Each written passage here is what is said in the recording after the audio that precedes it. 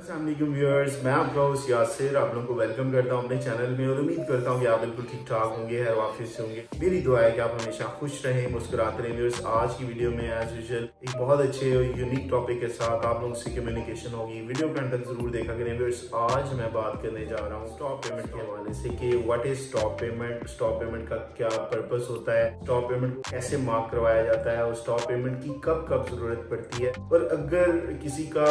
Individual account है तो वो स्टॉप पेमेंट कैसे मार्क करवा सकता है, और जो ज्वाइंट अकाउंट होल्डर्स हैं उनके लिए क्या प्रोसीजर है। और इसके अलावा जो लोग स्टॉप पेमेंट मार्क करवा लेते हैं और वापस उसको रिलीज करवाना चाह रहे हैं, तो इंडिविजुअल अकाउंट और ज्वाइंट अकाउंट दोनों से रिलेटेड क्या प्रोसीजर है, सारी चीजें इस वीडियो में मैं आप लोगों से शेयर करूंगा। वीडियो का अंत तक जरूर देखें। अगर आपको वीडियो पसंद आती है तो चैनल को सब्सक्राइब करना, साथ लगे बेल आइकन को प्रेस करना मत भूलें ताकि वीडियो से नोटिफिकेशंस आपको मिलते रहें। व्यूअर्स, हम एक एग्जांपल को साथ लेके चलेंगे कि फॉर एग्जांपल आपके पास एक चेक है आपके अपने अकाउंट का और आपने उस चेक को फिलअप किया, उसके ऊपर कुछ अमाउंट लिखी और वो चेक जो है आपने अपनी पॉकेट में डाल लिया। आप कहीं किसी विजिट पर चले गए या कहीं आपका जाना हुआ और वो चेक जो है कहीं रास्ते में आपसे गिर गया या फिर वो चेक किसी ने आपसे चुरा लिया। इस तरह की सिचुएशन आपके साथ जो है वो आपने फेस की, तो इस सूरत में ये पॉसिबिलिटी है कि जो चेक आपका गिरा है, चोरी हुआ है, तो उस चेक को कैश भी करवाया जा सकता है। यानी कि जिस बंदे ने वो चेक उठाया है या जिसको वो मिला है वो उसको कैश करवा सकता है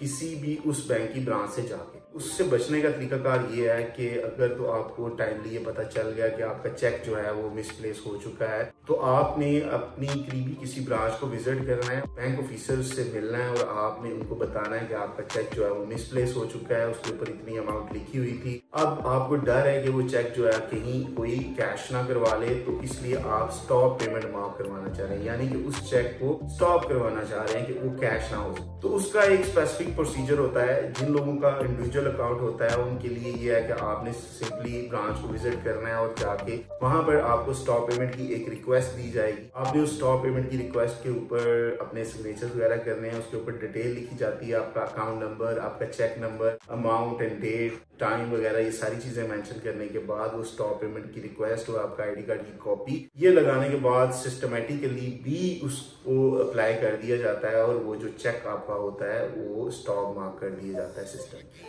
अब जिस बंदे को वो चेक मिला है, अगर वो किसी ब्रांच को विजिट करके उसको कैश करवाने की कोशिश करेगा या फॉर एग्जांपल क्लियरिंग वगैरह में लॉन्च करवाने की कोशिश करेगा, तो ऐसा चेक जो है वो कैश नहीं होगा, यानी कि उसको डेबिट बैंक नहीं करेगा क्योंकि उसके ऊपर स्टॉप पेमेंट मार्क हुई हुई है। अब यहाँ पर ऐसे होता है कि अगर किसी का ज्वाइंट अकाउंट है और दोनों में से किसी एक बंदे के पास चेक था और उससे गुम हो गया, तो उसके लिए ये है कि अगर उसने स्टॉप पेमेंट मार्क करवानी है तो दोनों में से एज पर इंस्ट्रक्शन जो उसके अकाउंट में इंस्ट्रक्शंस लिखी होंगी कि अगर तो वो ज्वाइंटली उस अकाउंट को ऑपरेट कर रहे हैं, एक साथ दोनों के साइन होते हैं, फिर दोनों को आना पड़ेगा चेक को स्टॉप मार्क करवाने के लिए। अगर आप उनके अकाउंट में इंस्ट्रक्शंस आइदर आर सर्वाइवर है, यानी दोनों में से कोई भी किसी भी टाइम आगे अकाउंट को यूज कर सकता है, तो दोनों में से कोई एक विजिट करके जो चेक गुम हुआ है उसको स्टॉप मार्क करवा सकता है। और इंडिविजुअल अकाउंट्स में तो जाहिर बात है एक ही बंदे का अकाउंट होता है, तो वो सिंगली ही उन्हें विजिट करना पड़ता है ब्रांच को और ये रिक्वायरमेंट्स पूरी करने के बाद चेक को स्टॉप मार्क करवाया जाए। जो स्टॉप पेमेंट होती है जरूरी नहीं कि किसी का चेक जो है वो गुम हो चुका है या मिसप्लेस हो चुका है तो उसी सूरत में चेक को स्टॉप करवाया जाता है। इस सूरत में भी स्टॉप होते हैं चेक बैंक्स में कि फॉर एग्जांपल आपने किसी कंपनी से कोई सर्विस ली, कोई प्रोडक्ट आपने खरीदी और आपने पोस्ट डेटेड चेक बना के दिया उस कंपनी को, यानी कि आज आपने उस कंपनी से रिक्वेस्ट की सर्विसेज की और आपने आज से 1 माह बाद का चेक उनको उनका बना के दिया और आपने कहा कि आपकी जब सर्विसेज रिसीव हो जाएंगी उस ऑर्गेनाइजेशन से, आपको स्पेसिफिक ऑर्गेनाइजेशन जिसके साथ आपकी डील चल रही है उसकी प्रोडक्ट आपने परचेज किया, तो वो प्रोडक्ट आपके पास अगर पहुंच जाती है वेल एंड गुड। अगर नहीं पहुंचती और आपको सर्विसेज अगर आप ले रहे हैं किसी ऑर्गेनाइजेशन से वो आपको नहीं मिलती, तो आपने जो पोस्ट डेटेड चेक दिया होगा आप उसको स्टॉप मार्क करवा सकते हैं ताकि वो कंपनी ऑर्गेनाइजेशन जो है उस चेक को इनकैश ना करवा सके, क्योंकि जाहिर बात है कि आपने जो सर्विसेज या प्रोडक्ट रिक्वेस्ट की थी वो आपको टाइमली नहीं मिली। तो इसी तरह जो बड़ी बड़ी ऑर्गेनाइजेशंस होती हैं जब वो डील कर रही होती है, बिजनेस टू बिजनेस जो डीलिंग हो रही होती है, तो चेक की फॉर्म में पेमेंट्स की जाती हैं। तो अगर उनको किसी सर्विस या किसी प्रोडक्ट में कोई प्रॉब्लम, कोई प्रोसीजर में किसी किस्म की प्रॉब्लम नजर आए, तो वो बड़ी जो ऑर्गेनाइजेशंस या छोटी कंपनीज भी इवन अपने जो चेक्स होते हैं उनको बैंक जाके स्टॉप मार्क करवा सकते हैं। व्यूअर्स, ये तो स्टॉप पेमेंट होगी कि स्टॉप पेमेंट एक्चुअली है क्या, और अगर आप स्टॉप पेमेंट मार्क करवाना चाह रहे हैं तो कैसे करवा सकते हैं, क्या रिक्वायरमेंट्स हैं। अब हम बात कर लेते हैं कि जी अगर आपने स्टॉप पेमेंट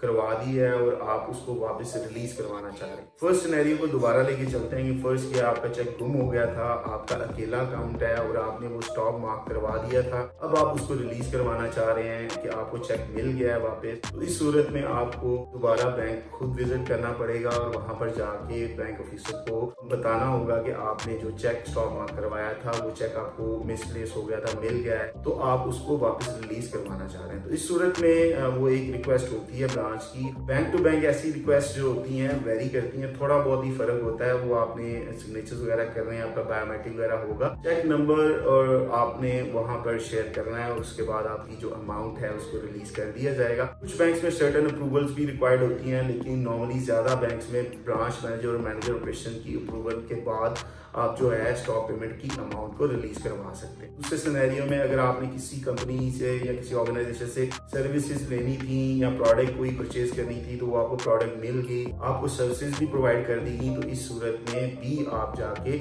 उस अमाउंट को रिलीज करवा सकते हैं और वहां पर जाके सेम प्रोसीजर को फॉलो करना पड़ेगा और आपकी जो स्टॉप पेमेंट है उसको रिलीज कर दिया जाएगा। अगर कोई इंडिविजुअल अकाउंट है तो सिंगली ही आपको जाना पड़ेगा अकाउंट को रिलीज करवाने के लिए। अगर ज्वाइंट अकाउंट होल्डर है,